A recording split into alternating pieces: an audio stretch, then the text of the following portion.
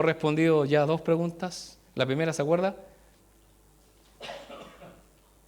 Oh, qué difícil. ¿Quién es Jesús?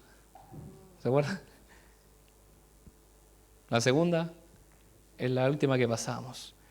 ¿Puede la oración cambiar las cosas? Sí. Y hoy vamos a responder la pregunta que está ahí abajo. Preguntas cruciales, dice, ¿puedo conocer la voluntad de Dios? ¿Cuál será la voluntad de Dios? Hay una voluntad general y una voluntad específica para cada uno de nosotros. Y esta pregunta va dirigida a eso, a nosotros. ¿Qué quiere Dios para cada uno de ustedes? Para mí, porque eso es lo más difícil. Y hoy vamos a comenzar con este primer capítulo, primera parte, que es el significado de la voluntad de Dios. ¿Qué quiere decir la voluntad de Dios?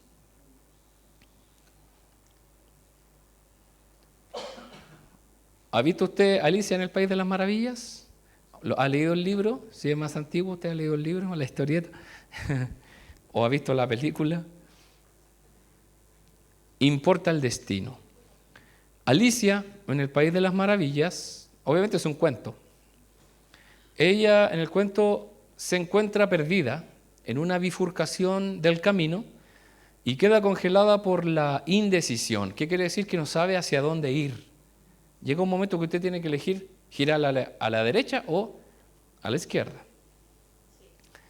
Y esto no puede pasar en la vida real. Usted va siguiendo un mapa, un GPS, Google Maps, Waze, cualquiera de eso. ¿Y qué es lo que sucede? Como le pasó a un pastor que iba y decía seguir derecho y resulta que había un campo de trigo adelante. Solamente podía doblar hacia la izquierda, hacia la derecha. Porque era increíble como el mapa le decía que siguiera y había un campo. O sea, ¿qué crees? No había opción de salir de ahí. En su desesperación, esta niña mira al cielo buscando alguna señal. No encontró a Dios, sino a un gato. Ella le pregunta si le puede decir qué camino tomar. Esto depende en gran parte del sitio al que quieras llegar, dijo el gato. Era un gato bien particular porque hablaba. Aparte estaba arriba de un árbol y si usted conoce la historia, este gato flota. Se llama Cheshire, algo así, Cheshire. Es bastante extraño el nombre de este gato. Y se parece a mi gato, Aslan. Entonces este gato le dice, depende hacia dónde quieras ir, es el camino que debes tomar. Y ella le dice, no me importa mucho el sitio, dijo Alicia. Entonces tampoco importa mucho el camino que tomes. Si no te importa dónde quieres llegar, toma cualquier camino. Al cristiano sí le importa el destino. Somos un pueblo peregrino. Si bien andamos en el desierto, buscamos un país mejor, la tierra prometida, una vida eterna junto al Creador. Podemos andar aparentemente perdidos en medio de la nada, pero ¿qué es lo que tenemos nosotros en mente? Que Dios nos prometió llevarnos a un lugar.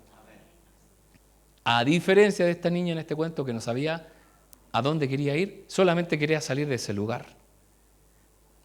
Obviamente que en este cuento el gato está para ayudar, porque finalmente es bueno, aunque tenga una apariencia bastante extraña, finalmente es bueno el gato.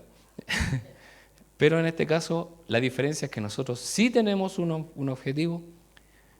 El tema es que cuando vamos en el camino debemos, como dice ahí, no buscar un gato, sino la ayuda de Dios. ¿Qué hay detrás de la montaña? ¿Qué hay más adelante? Hay un futuro glorioso para todos los cristianos. Todos lo sabemos. Sin embargo, nos preguntamos, antes de eso, antes de que esté en la gloria con Dios, pueden pasar 20 años, 30 años, 40 años, depende de la edad que nos queda. ¿Qué va a pasar con nosotros? ¿Seré feliz? ¿Seré rico? ¿Me ganaré el quino? Había personas que decían que se iban a ganar el quino. Cristianos. Ojalá, pero en realidad no es el objetivo. ¿Qué me sucederá? Hay personas que dicen, ¿Me lograré casar? ¿Lograré tener una familia? ¿Lograré obtener algo en esta vida? Debemos caminar por fe y no por vista. Como cristianos caminamos hacia adelante por fe. Por lo tanto, tenemos un poquito más de ayuda que la gente que no conoce a Dios. Tenemos por lo menos algo que nos dice, tranquilo, todo va a estar bien. No sé cómo, pero algo me dice, ese algo es la palabra del Señor. No es como que la gente que no cree en Dios que se levanta y dice, hoy día me va a ir bien, así como que se autoproclama y resulta que le va mal. Nosotros, aunque nos vaya mal, sabemos que lo que nos va a hacer ir bien va más allá de eso. Desde siempre ha habido agoreros y adivinos explotando nuestras ansiedades. Desde siempre. Desde siempre.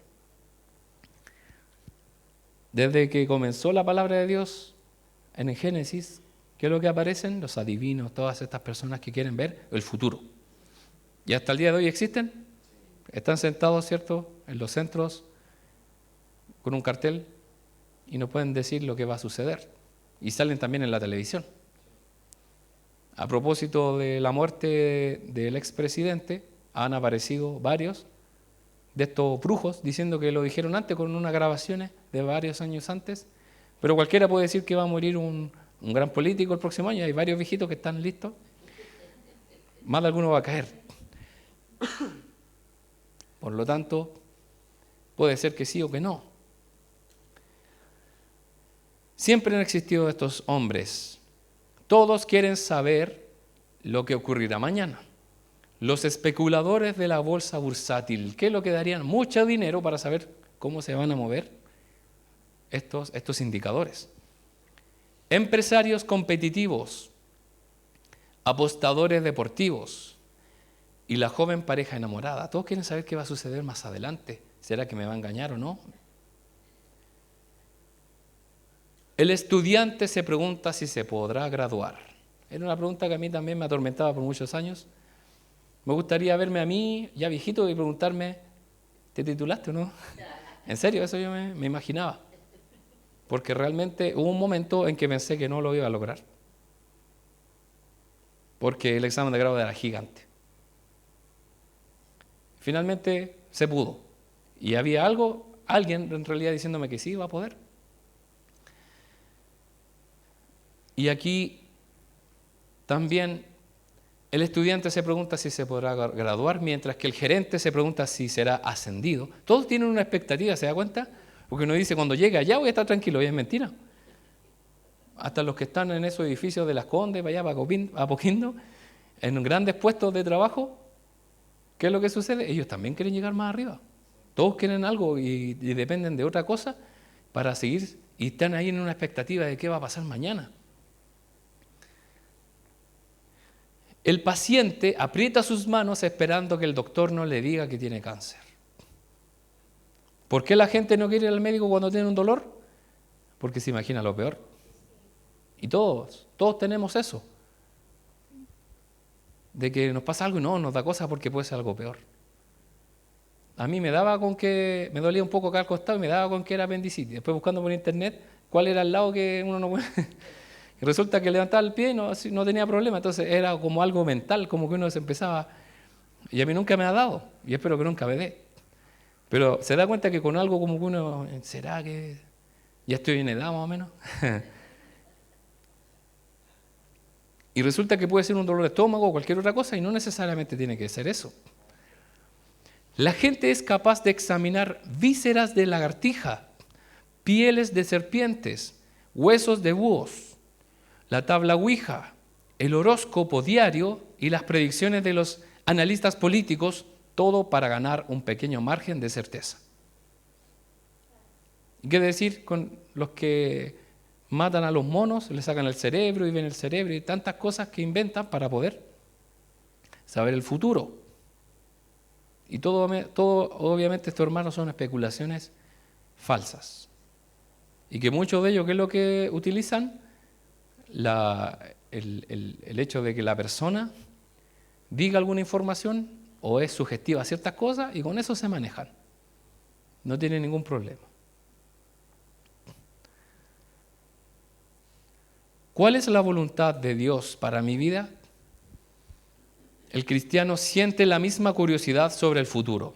Como seres humanos también queremos saber qué es lo que Dios quiere para nosotros. Pero el cristiano plantea la pregunta de otra manera. ¿Cuál es la voluntad de Dios para mi vida? ¿Se da cuenta que el cristiano qué debe preguntar? ¿Qué quiere Dios para mí? Por lo tanto, un cristiano debería ir a preguntarle a otra persona, a un tarotista, a alguien que vea la mano, ¿cuál será su futuro? Obviamente estaría traicionando su conciencia respecto a confiar en Dios. Dejaría de confiar en Dios. El cristiano debe preguntarse, ¿cuál es la voluntad de Dios para mi vida?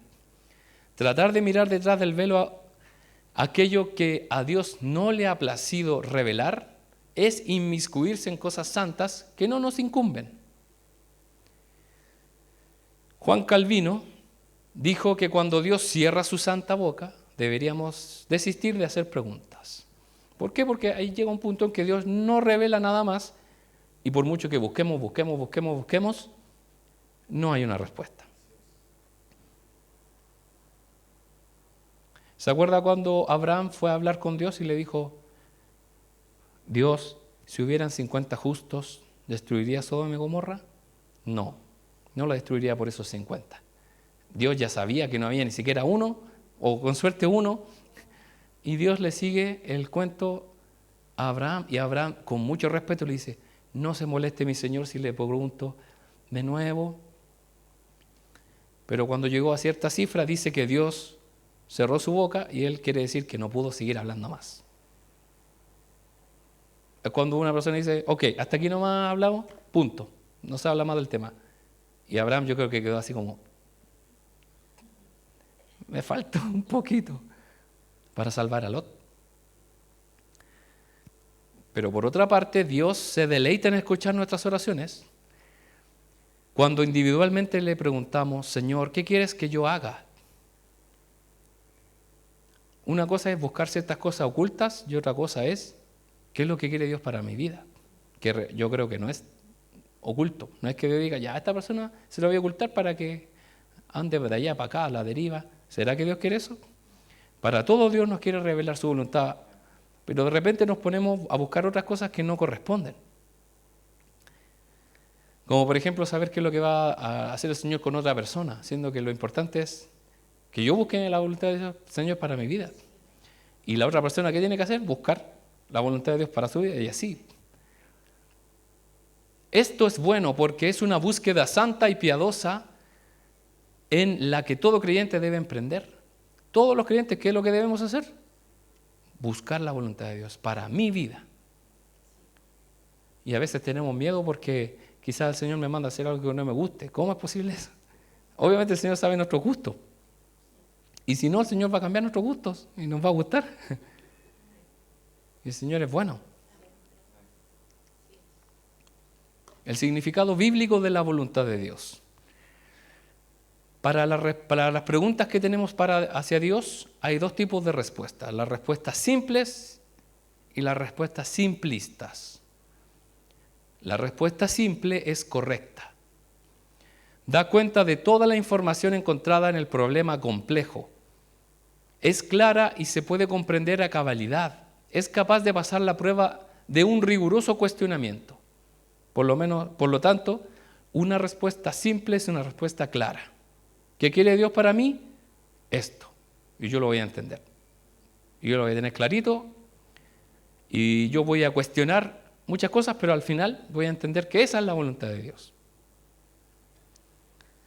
Mientras que la respuesta simplista es una falsificación. En la superficie pareciera ser el artículo genuino, pero al someterla a un examen más minucioso, manifiesta su defectuosa falsedad. Puede que explique parte de la información, pero no pasará la prueba de un cuestionamiento más profundo. Vamos a ver un ejemplo sobre una de las preguntas más difíciles de responder. Pero antes quisiera aclarar este punto de las respuestas simples a la respuesta simplista. Una respuesta simple es decir, ¿por qué me saqué un 1 en la prueba? La respuesta simple es porque no estudié, porque no respondí bien. Esa es la respuesta correcta. No respondí bien. Pero una respuesta simplista es porque el profesor me tiene mala. Todos los demás se equivocaron igual que yo. Y así, podemos inventar muchas razones. Por lo tanto, esas respuestas simplistas ¿son verdaderas?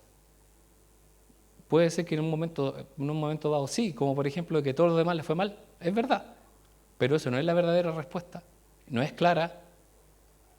Y si comenzamos a hacer más preguntas sobre esa situación, ¿y estudiaste la materia? No, estudié 5 minutos antes porque justo cuando iba entrando a la sala me di cuenta que había prueba. Como a mí me pasó una vez que, obviamente a todo estudiante le debería pasar eso. Iba llegando a la sala y yo los veo a todos muy aplicados. Y yo digo, ¿qué pasó? ¿Hay prueba? Y yo, ¿sabe que me dio tanto terror que me fui? Era en la universidad. Así que preferí retirarme a pasar una tremenda vergüenza. Y miren lo grande que es el Señor. La próxima clase llegué con toda la actitud de pedirle súplica al profesor. Y el profesor llega y dice, para los que no pudieron venir o les fue mal, les voy a dar otra oportunidad para que hagan un trabajo, pero no la prueba. Y yo, gracias al Señor. Fue bueno haberme retirado. No, yo prefería retirarme, porque realmente uno, ¿qué va a hacer? Sabe que le va a ir mal. Y en ese sentido, están las respuestas simples y las respuestas simplistas. ¿Se entiende? Y ahora vamos a ver uno de los casos más difíciles de responder, que es el siguiente. ¿Por qué cayó Adán? Y también Eva. ¿Por qué se equivocaron ellos? ¿Por qué pecaron? Quizá más de alguno de nosotros hacemos esa reflexión cuando estamos trabajando, estamos cansados y decimos, ¿por qué Adán se te ocurrió caer y mandarnos a trabajar? Quizá alguna de las mujeres cuando esté embarazada y esté sufriendo los dolores de parto, ¿por qué Eva se te ocurrió pecar? Y así uno se acuerda, ¿cierto?, de nuestro antepasado común por el pecado, por las consecuencias. ¿Por qué cayó Adán? La respuesta simplista es que Adán cayó por su propio libre albedrío. Él eligió caer. Él dijo, ya está bien. Superficialmente es una respuesta satisfactoria, pero luego se cae al examinarla. ¿Cómo pudo pecar una criatura hecha por un creador perfecto? ¿Cómo pudo Adán tomar una decisión malvada cuando no poseía una inclinación o disposición previa hacia el mal, porque no existía nada malo antes, ni nunca había visto el mal, ni nadie le enseñó a hacer el mal?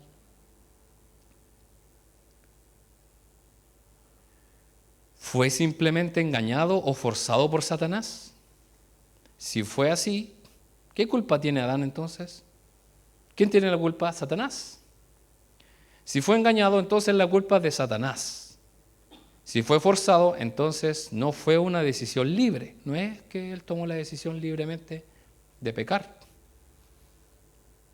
Si pecó porque tenía un deseo o inclinación previos hacia el pecado, entonces debemos preguntar, ¿cuál es la fuente de su malvado deseo? ¿De dónde salió? ¿Dios se lo dio? Si es así, entonces arrojamos una sombra sobre la integridad del Creador. ¿Se da cuenta que una respuesta simplista, qué es lo que hace?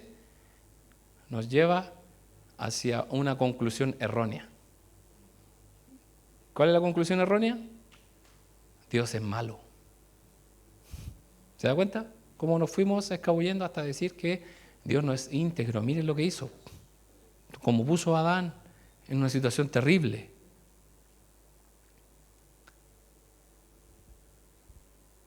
Vemos que una de estas preguntas, o varias, se aplican a Satanás.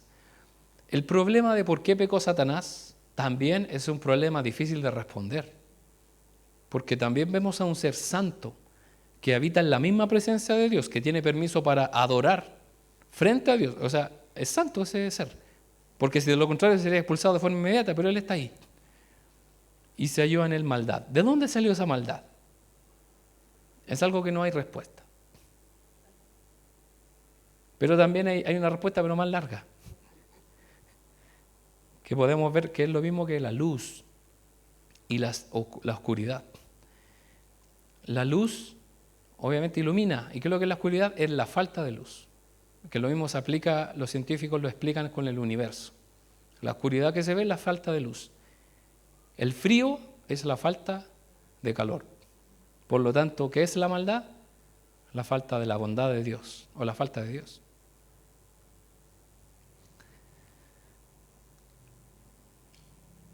En busca de la respuesta simple. ¿Por qué cayó Adán? Sería muy bueno tener una respuesta simple y clara respecto al dilema de la caída de Adán, pero simplemente no la tenemos. La mejor respuesta es que no lo sabemos. Dios puso un velo hasta cierto punto y nosotros ya no podemos pasar de ahí. Y estamos hablando de eruditos y teólogos bíblicos que dicen, por un lado, Dios no lo hizo, Dios no es un ser que haga esto, pero a la vez también tenemos todas estas condiciones que se dan en que un ser creado perfectamente no pudo haber caído, pero sí tenía el potencial de caer. Seguramente algunos corregirán este punto indicando que sí hay una respuesta. Adán cayó porque era la voluntad de Dios. Pero viéndolo de esa manera debemos preguntar, ¿en qué sentido la caída de Adán era la voluntad de Dios? ¿Dios forzó a Adán a caer y luego lo castigó por caer? Y esto es relevante, hermano, porque obviamente nosotros no estamos pensando en eso. Pero es relevante porque las personas que no conocen a Dios sí se lo plantean y sí se lo van a enrostrar a usted. Dios puso a Adán en el Edén y le puso a propósito ese árbol, esos dos árboles, sabiendo que él lo podía comer. Por lo tanto, Dios lo obligó o Dios lo forzó. Obviamente no es tan así, porque Dios no le puso la fruta, come. Es una decisión. Conociendo los atributos de Dios, la caída ciertamente debe haber sido voluntad de Dios en algún sentido. Pero la pregunta crucial es, ¿en qué sentido es la voluntad de Dios? Porque sabemos que todo lo que sucede es la voluntad de Dios, ¿no? En el último sentido, sí es la voluntad de Dios porque Dios lo permitió. Aún lo más terrible. Piensa usted en lo más terrible. Que mueran niños inocentes. ¿Pasa? Ha pasado, ha sucedido en la Escritura, la muerte de los hijos de los israelitas en Egipto, cuando nació Moisés, el faraón mandó a matar a todos los niños para que no crecieran. Después cuando nació Jesús, Herodes hizo lo mismo, una maldad terrible. ¿Por qué sucedió? De alguna manera pasó, porque en algún sentido fue la voluntad de Dios que pasara. Pero tiene un sentido, un trasfondo. Y tiene que ver con el propósito que tiene Dios con nosotros. ¿Qué quiere decir? Que Dios tiene algo en mente para cada uno de nosotros. Todas estas preguntas no tendrían ninguna respuesta si apareciéramos de la nada como lo plantean las personas ateas o los que no creen en Dios. Lo único que trae descanso al alma y a estas preguntas es saber que hay un Dios que está detrás de todo esto y que en el día final, ¿qué es lo que va a traer? Justicia. Va a poner todas las cosas en orden. No va a quedar nada en el tintero. No es como una serie de televisión que terminó, oye, ¿qué pasó con el otro malo? No apareció más y quedó por ahí disuelto. Se le escapó al... No se le escapó, está todo hecho a propósito para después aparecer en otra serie, obviamente, o en otra película. Un caso con poca información. ¿Le gusta a usted la serie de detectives? Sí, bueno, a mí me gustaba esta del mentalista. A mis padres les gusta la que está ahí al lado, la de las víctimas especiales. La ley del orden, claro. Cuando las preguntas son complejas y difíciles, una buena regla es reunir la mayor cantidad de información al respecto. Entre más pistas tenga el detective en las que pueda trabajar, tanto más probable es que pueda resolver el crimen. Y decimos, es probable, no es que si tiene toda la evidencia lo va a resolver, no. Es probable que sí la resuelva, porque el detective sufre tanto por la falta de pistas como por las demasiadas pistas. Usted sabe que cuando aquí en Chile se pierden personas, empiezan a llamar a infinidad de gente. Yo lo vi a la niña caminando, como sucedió hace poco, en tal lugar. Yo la vi en el otro lado de la ciudad. Yo la vi tomando una micro y así. Son muchas pistas que, ¿qué es lo que hacen con las personas que investigan? Confunden, despistan. Por lo tanto, es difícil con pocas pistas y con demasiadas. Es útil conocer el significado original de las palabras usadas en la Biblia para la palabra voluntad. Y son dos. Boule, que es del griego, que significa deseo racional y consciente. Y telema, que es un deseo impulsivo o inconsciente. ¿Se da cuenta de la diferencia? Cuando se habla de voluntad en la Biblia, se ocupan estos dos términos. Uno es boule, que es el deseo racional y consciente, y telema, que es un deseo impulsivo o inconsciente. Cuando una persona va y le quiere hacer una broma a otro y le pega en la cabeza con la mano, pero resulta que ese golpe le dolió muy fuerte y se puso a llorar. Entonces la pregunta es, ¿le querías pegar? Sí, pero no. No, pero sí. El deseo racional era hacerle una broma, pero ¿le querías pegar? Sí. Entonces fue con alevosía. No, porque no le quería hacer daño. Y así, ¿se da cuenta? Está la voluntad consciente y racional, y luego está la impulsividad. Es que el impulso me lleva a pegarle más fuerte. A medida que el griego se va desarrollando el idioma, esta sutil diferencia se fue atenuando hasta llegar a ser casi sinónimos. Y en el Nuevo Testamento se ocupa estos términos. Boule, un plan basado en la cuidadosa deliberación. Y ser muy a menudo, se usa muy a menudo en relación al consejo de Dios. Por lo tanto dice, cuando es la voluntad de Dios, se usa boule, como el consejo de Dios. Boule frecuentemente indica el plan providencial de Dios, el cual es determinado e inflexible. A Lucas le gusta usar esta palabra en este sentido. O sea, Lucas usó el término boule para la voluntad de Dios.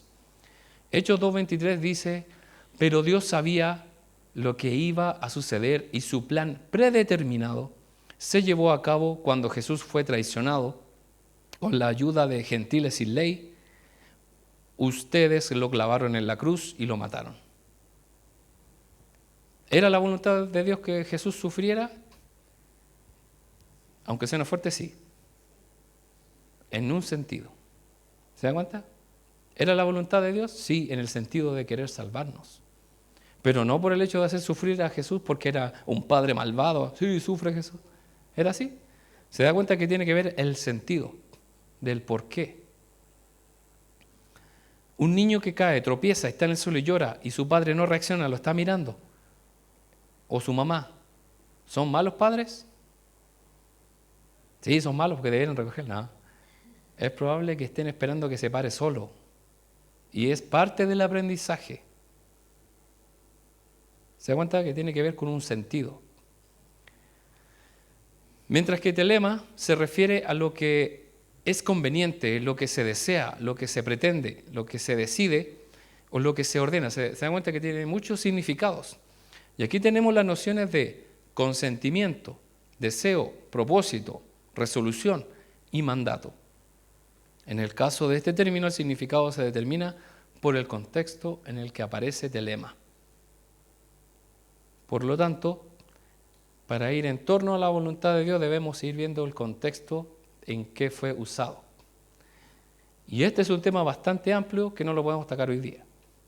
Hasta aquí nomás vamos a llegar. ¿Por qué puse esas imágenes? Porque finalmente Dios tuvo un propósito claro, y dice ahí, predeterminado, un plan perfecto con Jesús. Y que dice la Biblia que se cumplió al pie de la letra, no quedó nada. Por eso el Señor Jesús dijo, consumado es, lo terminé. No hay nada más que hacer, lo cumplí todo. Y nosotros, reflejado en la imagen de abajo, Dios tiene un plan para cada uno de nosotros predeterminado y que Dios lo va a llevar a cabo en su voluntad. Y debemos estar conscientes de eso y esperando que Él lo haga y buscar siempre su voluntad para nosotros. Les invito, hermanos, a orar. Próximamente vamos a ir ampliando esto.